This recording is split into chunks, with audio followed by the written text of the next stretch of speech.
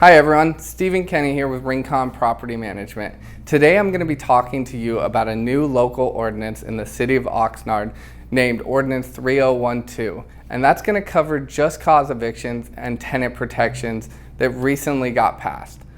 The purpose of this ordinance is to limit the amount of opportunities to terminate a tenancy for landlords, and what not only self-managing landlords should be aware of, but every landlord in general.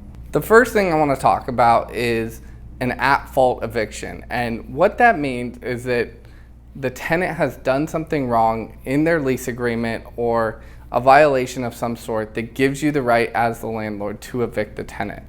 This can be from a default in rental payment, a breach in the leasing contract, a nuisance of the property, a tenant's refusal to execute a lease renewal, using the premises for unlawful purposes, such as selling drugs or performing illegal activities on the property itself. And lastly, a tenant's failure to deliver possession of the property after proper written notice. Those are at-fault reasons that you can proceed with an eviction.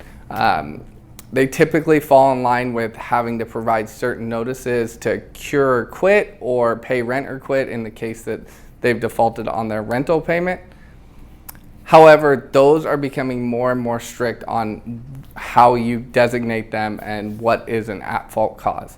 So the city of Oxnard has come up with the just cause eviction ordinance that puts the burden on self-managing landlords as well as landlords in general to provide a reason on why they are asking their tenant to move.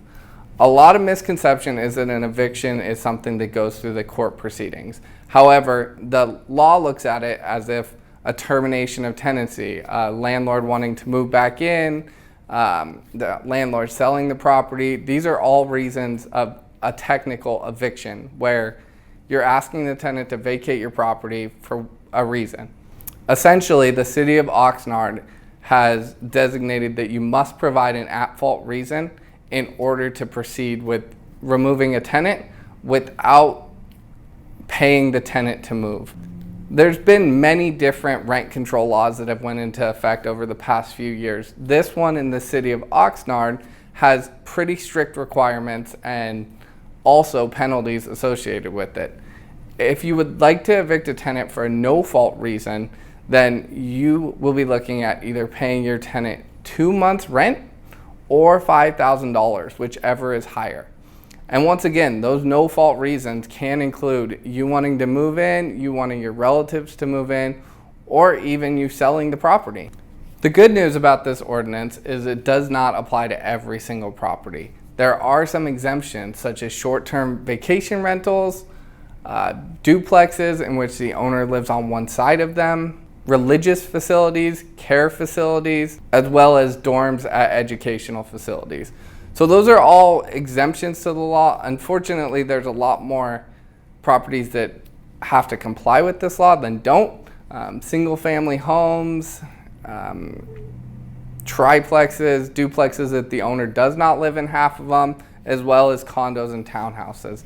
So this is a pretty broad ordinance that covers a lot of properties in Oxnard, and us at Rincon want to make sure you're well prepared to understand your rights moving forward. To go over the key points of Ordinance 3012, it's important to understand that they're limiting the amount of reasons that you can give a tenant to move out, such as owners wanting to move in, properties being sold. Those used to be reasons to give a termination of tenancy.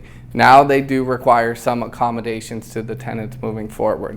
The at-fault reasons are still about the same as they've always been, but it's important to note that you still have to go through the whole eviction process to get the property back. As always, we encourage self-managing landlords, as well as landlords in general, to reach out to some legal counsel and figure out your rights on how you can get a tenant to be removed from the property, or you can terminate the tenancy without having to provide reasonable accommodations or file an eviction. I appreciate you taking the time to watch this video, and I hope you found the information helpful. If so, please feel free to like and subscribe to our YouTube page and go to our Learning Hub for any further details. Thanks so much for watching.